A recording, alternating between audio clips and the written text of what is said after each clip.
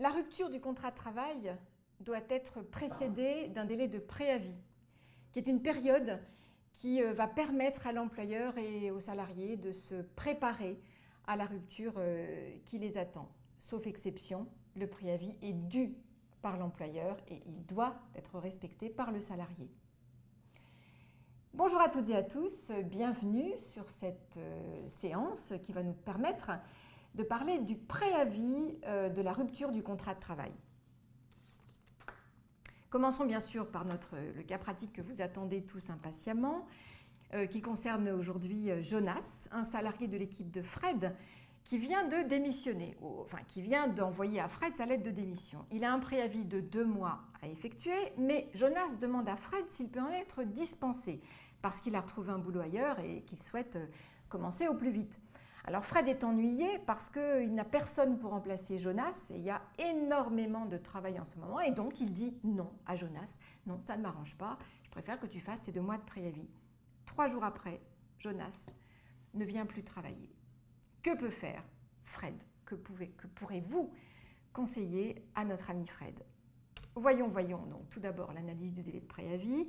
Qu'est-ce que ce délai de préavis? C'est tout simplement un délai de prévenance que l'employeur et le salarié doivent respecter lorsqu'ils souhaitent mettre un terme au contrat de travail qui les lie. Qu'il y ait démission ou licenciement, le préavis est dû en principe au salarié. Alors, il n'y a pas de durée de préavis prévue par la loi. Le délai de préavis résulte soit de dispositions prévues par les accords collectifs, les conventions collectives, soit des usages dans les secteurs d'activité ou dans les entreprises, soit du contrat de travail qui peut précisément prévoir effectivement le délai de préavis.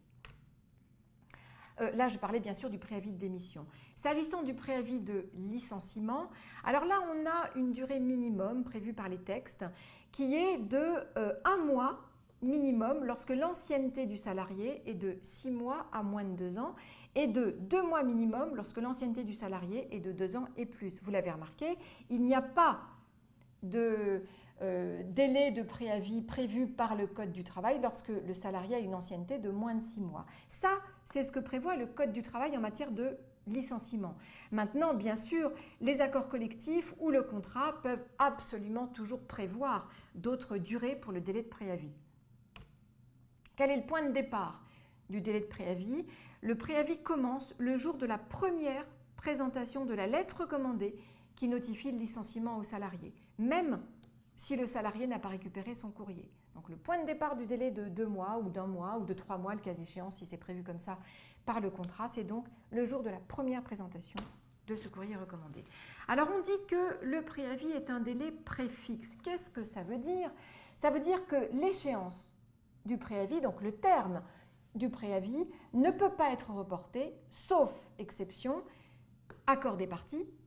Si les congés payés ont été fixés avant la notification de la rupture, sauf circonstances prévues particulières par la convention collective, ou alors arrêt pour cause d'accident du travail ou bien maladie professionnelle. Donc dans ces 4 cas de figure, le délai ou la fin du préavis pourra être reporté. Ce sont des exceptions. Que se passe-t-il ou quid des congés payés pendant le préavis? Alors il faut distinguer selon que les dates des congés payés ont été fixées avant la notification de la rupture ou bien si on est sur une demande de congés payés qui intervient après la notification de la rupture, parce que le régime ne va pas tout à fait être le même au niveau de la marge de manœuvre de l'employeur.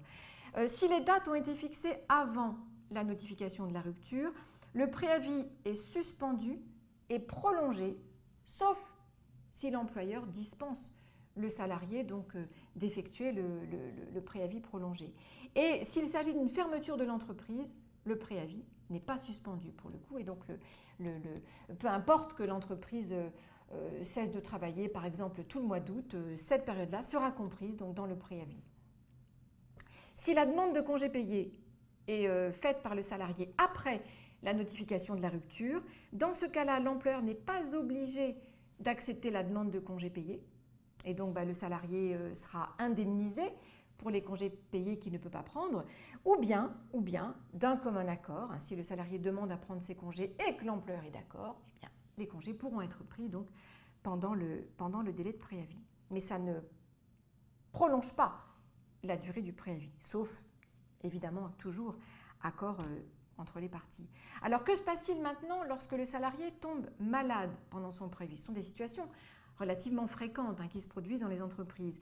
Il faut savoir que la maladie non professionnelle n'interrompt pas le préavis. Donc le préavis n'est pas prolongé du fait d'un arrêt de travail pour cause de maladie du salarié.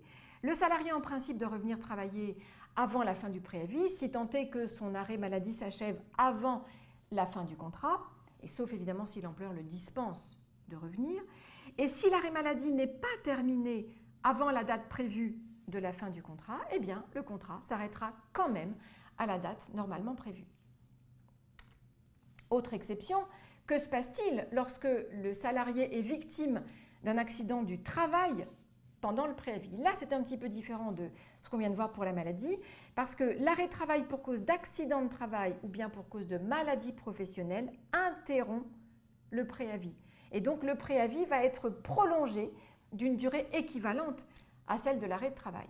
Ça, c'est spécifique donc à l'accident de travail ou la maladie professionnelle qui surviendrait donc lors de cette période de préavis. Alors, quid des heures de recherche d'emploi pendant le préavis? Alors, les heures de recherche d'emploi, ce sont des heures d'absence rémunérées qui peuvent être prévues par les accords collectifs ou bien par le contrat de travail et qui vont permettre aux salariés de rechercher un autre travail pendant son préavis. Et donc, tout dépend de ce qui est prévu donc, par la convention collective, les usages, le contrat éventuellement, ou alors l'employeur. Parce que ces heures de recherche d'emploi peuvent être rémunérées si elles sont prévues de l'être.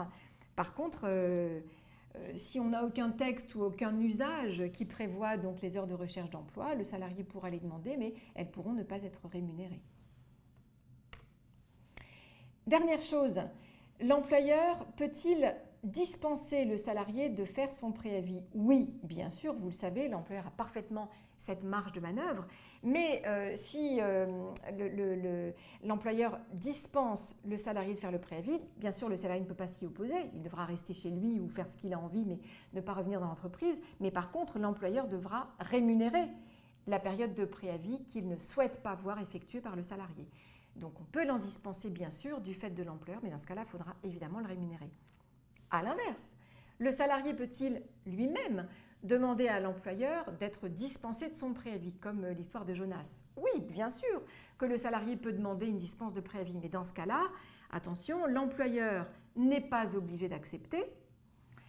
Si l'employeur accepte, le contrat prendra fin à la date convenue entre le salarié et l'employeur, et surtout, l'employeur ne sera pas tenu de payer au salarié donc l'indemnité compensatrice, c'est-à-dire le délai pendant lequel le salarié souhaite être dispensé donc, de son préavis. L'employeur n'aura pas à le payer. À l'inverse, si c'est lui qui demande au salarié d'en être dispensé, il devra le payer. C'est logique, quelque part, vous vous en doutez. Alors, dernière chose, le salarié peut-il travailler chez un autre employeur alors qu'il est en préavis et lors de sa dispense de préavis? Alors, au risque de vous étonner, parce que c'est souvent une question qu'on